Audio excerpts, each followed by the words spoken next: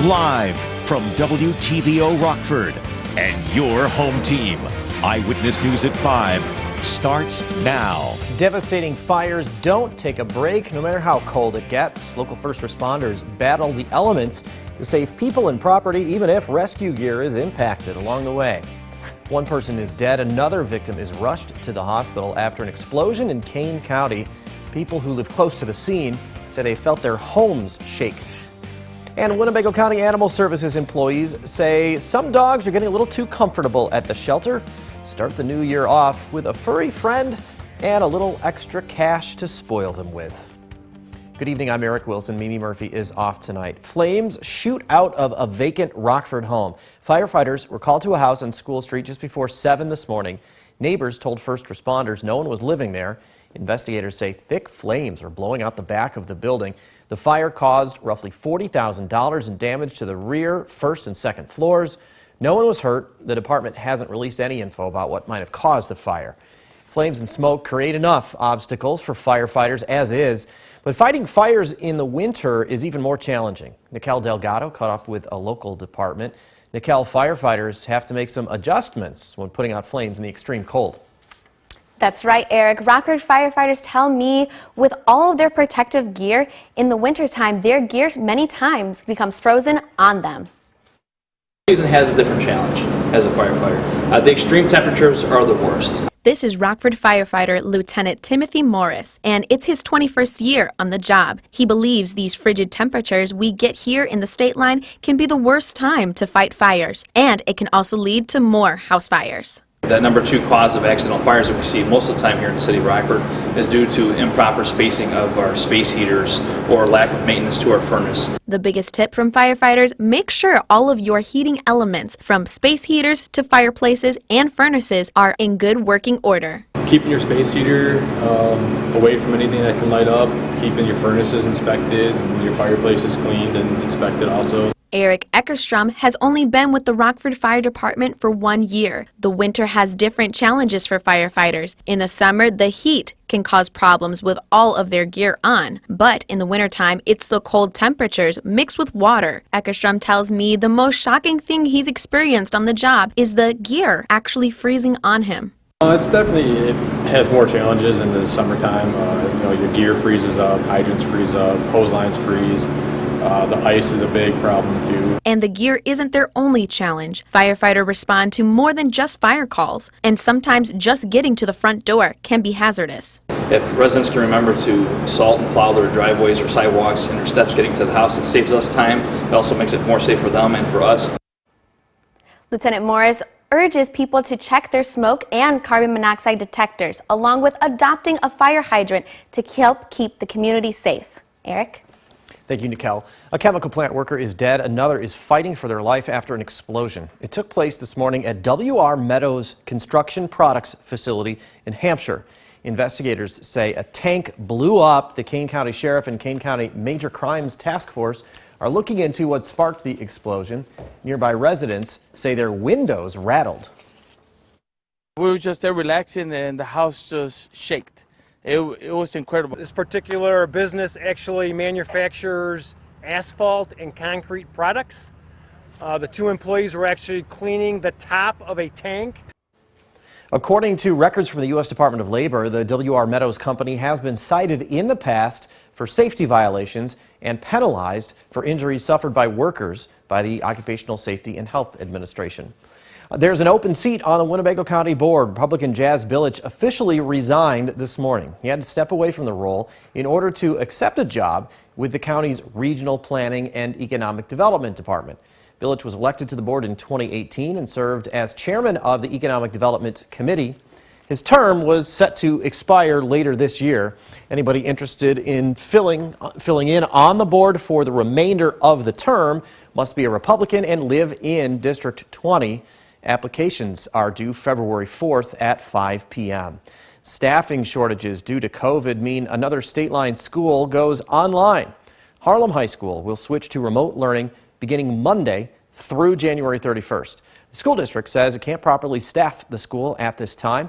All extracurricular activities will continue in person as scheduled.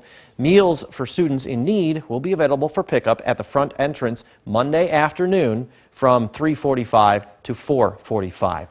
Here's another loss in the world of music. Rock artist Meat Loaf has passed away. I would do anything for love, but I won't do that. His real name was Marvin Aday, and his Bat Out of Hell album remains one of the top-selling albums of all time.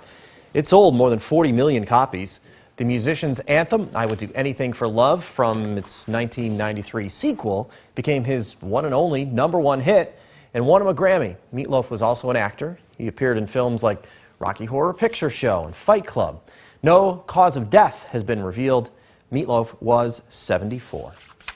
Emmy Award-winning stand-up comedian Louie Anderson has died. In addition to his long-running stand-up career, he appeared in films like Coming to America, hosted Family Feud, and won an Emmy for playing Zach Galifianakis' mom on the TV series Baskets. He also had an animated series and wrote several books. Anderson's family says he died at a hospital in Las Vegas from cancer. Louie Anderson was 68. A Discovery Center museum exhibit cut short by COVID makes its grand Rockford return. Preschoolers can take a road trip to the Discovery Town. It's a child-sized town that allows kids to run errands, play, and explore. Museum staff say the mini cityscape allows kids to try out a number of jobs and get an idea of what they might want to be when they grow up. They can travel through this make-believe town. They can visit a vet clinic and a pizza shop and a theater and an airport and a fire station, a city park, a zoo, and role play with all the kind of roles that you would find in those shops. The exhibition opens tomorrow and runs through May. Reservations are required online or by calling the museum. A local animal shelter hopes you'll start the new year by adopting a new best friend. Winnebago County Animal Services says a handful of dogs have been under the agency's care since 2021. So the organization's speeding up the process of finding pups forever homes by lowering adoption fees. Today and tomorrow, certain dogs will cost $22. That includes spay or neutering, a microchip, and vaccinations. Winnebago County Animal Services workers say they have more dogs than cats available, which is rare. That lower adoption fee is great because then they can use that towards supplies or their first vet visit. And so we had quite a few people come in and adopt today, dogs that had been with us for a few weeks since last month. And so dogs that were been searching for a home and a fresh start for the new year. Interested adopters are encouraged to have their application pre-approved before coming to the shelter. Lawmakers say they're ready to take on big tech. Democrats and Republicans are ramping up efforts to regulate tech giants. Members of both parties say are operating like monopolies. Raquel Martin is keeping you connected to the nation's capital. Get ready. Lawmakers on Capitol Hill are preparing to crack down on big tech. That it's going to affect literally every American. Illinois Democratic Senator Dick Durbin says the Senate is advancing legislation to prevent big tech companies like Google, Amazon, or Apple from promoting their content over smaller competitors. Consumers should have a choice. Competition is a good thing. If not an even playing field, at least have a chance. Missouri Republican Senator Josh Hawley is one of 5 Republicans on the committee who voted to push the bill forward. Congress should have acted years ago. And he says he'd like to see even more aggressive legislation. I ultimately think that these monopoly-sized companies ought to be broken up. The bipartisan bill is just one of several proposals gaining steam on Capitol Hill designed to clamp down on big tech's power. Carl Szabo with Net Choice, which represents companies like Google and Amazon, calls the effort a distraction cooked up by Democrats. To shift the focus of Americans away from the troubles in the economy to pinning all the blame on business. Szabo says the federal government already has the needed power to go after any business that has market power, abuses that market power, and leads to consumer harm. So far, the Biden administration has not endorsed any specific bills, but is taking steps of its own. This week, the Federal Trade Commission announced plans for new guidelines to stop large companies, especially in the tech industry, from merging into potential monopolies. In Washington, Raquel Martin. Now, your first warned weather forecast from meteorologist Jordan Wolf. Well, we had another nice day outside with regard to the sunshine, but our temperatures did not feel so nice. We had them in the 20s, but we had winds that brought our wind chills down to near single digits for most of the afternoon. So with that breeze, we definitely felt the chill still in the air. We have some snow showers that are approaching with a cold front that will move through during the overnight hours tonight. That'll bring us a nice dusting of snow. I'll bring you details on that here in just a moment. Our Mercy Health SkyTrack cam here in Rockford showing the clearer conditions we've been dealing with these last couple of days, and that helped to bring our temperatures below zero last night. Luckily, we're not going to see those quite as cold, and they've warmed up considerably since this morning. We're here at 20 in Rockford, 15 in Freeport, and 8 still out in Galena. Still a little bit chillier out there. Wind chill still playing a factor here as well. Our weather watcher, Jim, reported 20 degrees and a 5-degree dew point, so definitely some cooler and drier air here across the area with the high pressure that we've been dealing with. That'll move out, and with that coming a cold front overnight tonight, bringing us some snow showers and temperatures getting down to 11 degrees. That's considerably warmer than we were last night. So with those snow showers moving in, we take a look at Futurecast. We see temperatures right now in the 20s. As those progress, we see that cold front pushing through with that line of scattered snow showers here into the overnight hours. Those will progress here into the morning. Could see some flurries still toward the later part of the morning as temperatures fall. Then we get back up to the 20s. Then we have our second chance for snow showers moving through here on Saturday night into Sunday morning. So those are two separate systems. We have a third one coming in on Monday as well. This one Saturday into Sunday probably looks like the one that's going to bring us more snow than the other two will, but overall accumulations will be light. Tomorrow temperatures do get up to 25 degrees for the high. We have those snow showers early in the morning, and then again with the separate system working in late into the night. Now here's a look at that Sunday system again with a different model showing that pushing through. This is a clipper that moves on through. We have a second system. This one looks to take a little bit more of a northerly track, so that could bring us lighter snow showers than the first clipper system. But overall, slick spots are possible with both of these snow systems, as well as the cold front here overnight tonight. Our next few weather makers recap all of these. We do see overnight tonight into Saturday morning, that cold front with the chance for flurries through the morning.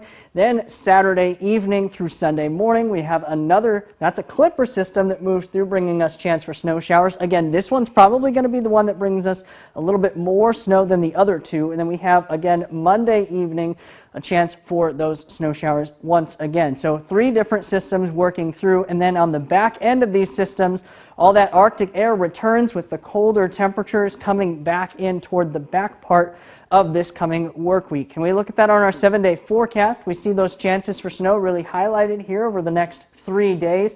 Temperatures are a little bit warmer than what we've experienced lately. Then we really cool down toward the back end of that, hitting 12 for Tuesday, 10 for Wednesday, with temperatures below zero for our overnight lows. And we have 25, a little bit of warmth as we get back into next weekend. Now sports with sports director Scott Lever. We will all be glued to the 49ers-Packers game tomorrow night on Fox 39. The temperature will be in the teens at kickoff, and there is a chance of some intermittent snow showers. Lambeau will be rocking, which is one advantage the Packers have. I don't see the 49ers, though, as a team that's going to struggle with a cold. This is a physical team that loves to run the football, so they're built for it.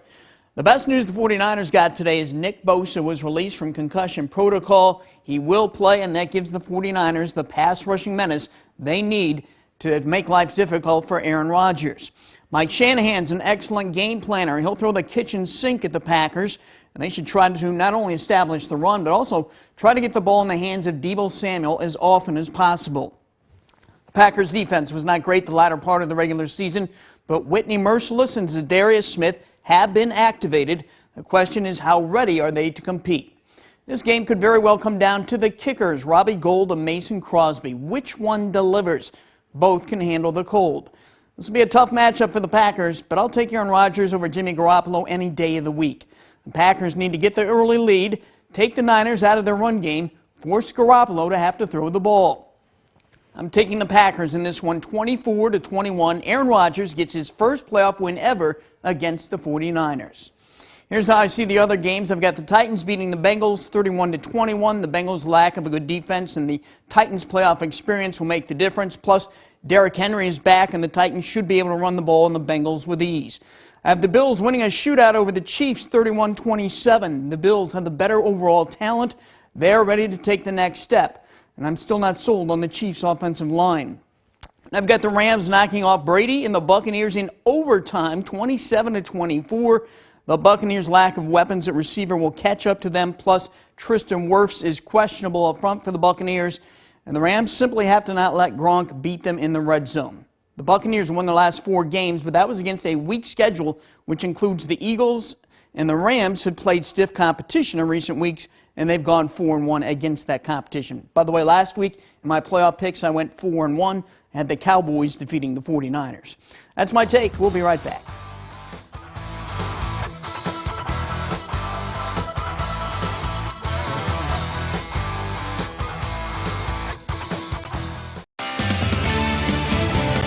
Jordan will share his weekend forecast with us again in just a minute. First, here's what News Nation has planned.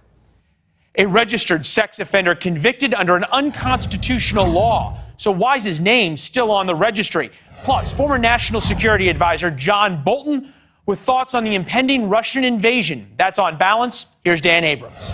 Tonight on Dan Abrams Live on News Nation. Many in the media now claiming the phrase officer-involved shooting is too generous to officers. So what exactly do they want us to say? That's tonight on Dan Abrams Live. News Nation is the fastest growing cable news network in America. Catch the stories Leland and Dan just mentioned on these cable and satellite stations. You can also head to newsnation.com.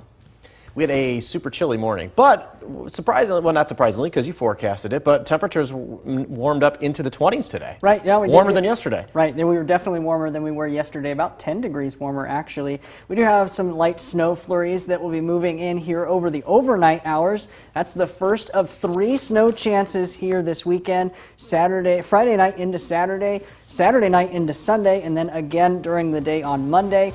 Temperatures will be a little bit warmer over the weekend, and then we see those really start to drop off beyond the weekend.